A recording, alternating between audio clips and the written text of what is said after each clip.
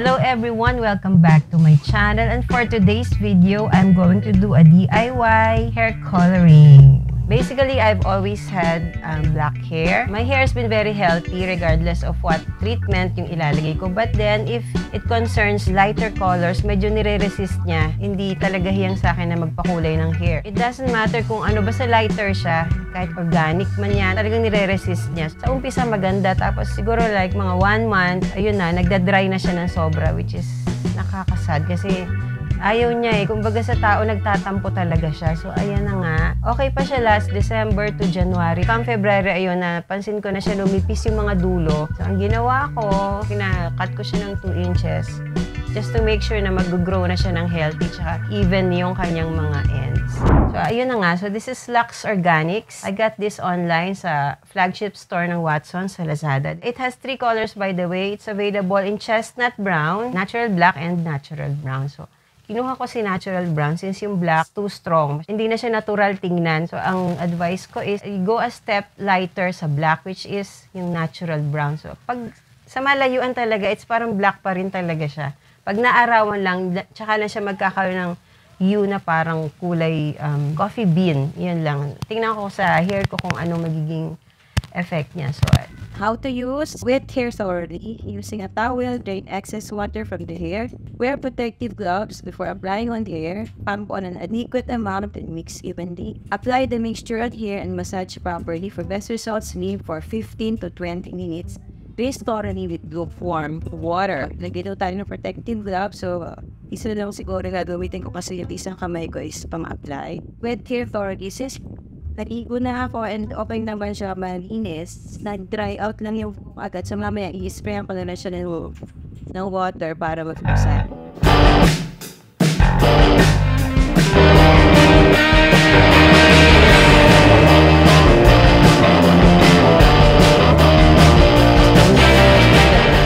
So we're done with the first half.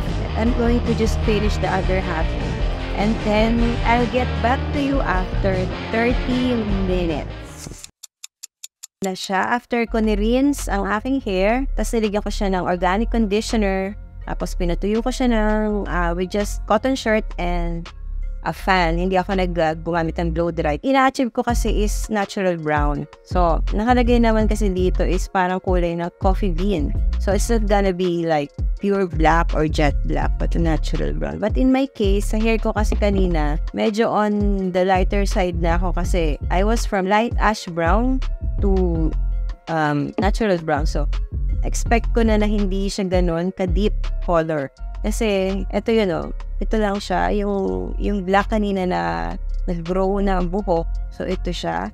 Seamless na rin naman yung effect niya sa color, parang nag-blend na rin. Although, ako alam ko na hindi pa rin siya ganun, totally naging panutay. Pero, yung pagka-loud nung ash brown is wala na yun. Kasi ito na, okay naman, happy naman ako. So, sabi ko kanina I bought 2 bottles, but akala ko kasi mabibitin, but ang dami palang laman. So, medyo siguro naubos ko is mga 3/4 lang or 1/2. So, meron pa akong isang gamit nito. Anyways, ito mga downside niya, ang pag-DIY. Sa product itself, wala naman akong problema. Hindi naman siya mabaho. Don't forget nga pala to do a patch test. You get a sample of the product, a pea size, and then you put it in behind your ear or here at your pulse. Tapos wait for some time. Pagka naging itchy or nagkaroon ng swelling, then you stop using the product because ibig sabihin may allergic kayo. So, ayan, hindi ko siya na-achieve fully. Sa color niya, i-rate ko siya from 1 to 10, as 10 being the highest. Siguro, I'll give it a good 7 or 6. 7 siguro, yan. For this one for this application lang. Kasi guys, unang-una ang downside ng DIY is pagka you have a long hair na ganito, ang hirap niyang gawin. Tapos isa ka lang nagagawa. Anyway, yun lang ang downside niya. Mahirap siyang gawin. Hindi ko talaga kaya ang palaging nagdi-DIY. Sinubukan ko lang naman ayun, okay naman yung product, kaya lang hindi ko talaga kaya kasi mahaba yung buhok ko. Ang hirap. Kung talagang matyaga ka na na gawin nito, it's okay lang, makakatipid ka talaga.